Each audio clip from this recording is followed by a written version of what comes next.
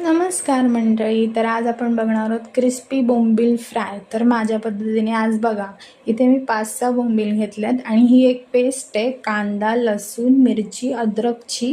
त्यात मी भिजवून घेतलेली चिंच टाकले, त्याच्यावरती मीठ, मसाला, हळद आणि हे एकदम असं थिक ठेवलेलं आहे. मी ही पेस्ट पातळ केलेली नाही आहे.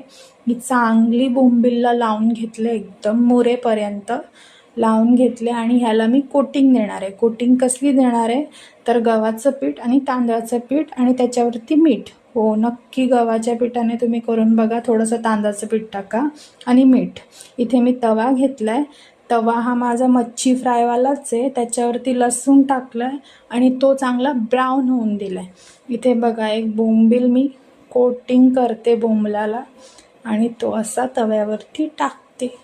तुम्ही नक्की करून पहा, खूप क्रिस्पी होतात आणि खायला पण छान लागतात. आता एक सिंगल करून दाखवते, बघा कसं होतो. किती छान होतं, एकदम क्रिस्पी, रंगही छान येतो, असं वाटतं असंच खाऊ. खूप क्रिस्पी होतात. इथे मी गार्निशिंग केलेली आहे आणि हे मी डाळ भातासोबत खाणार आहे. डाळ भात आणि बोंबील फ्राय कोणाकोणाला आवडतं नक्की कमेंट करून सांगा. हे तर भरपूर जणांचं फेवरेट आहे. आमच्या घरात तर आवडीने खातात डाळ भात आणि बोंबील fry. Thank you for watching. Subscribe करा, लाईक करा.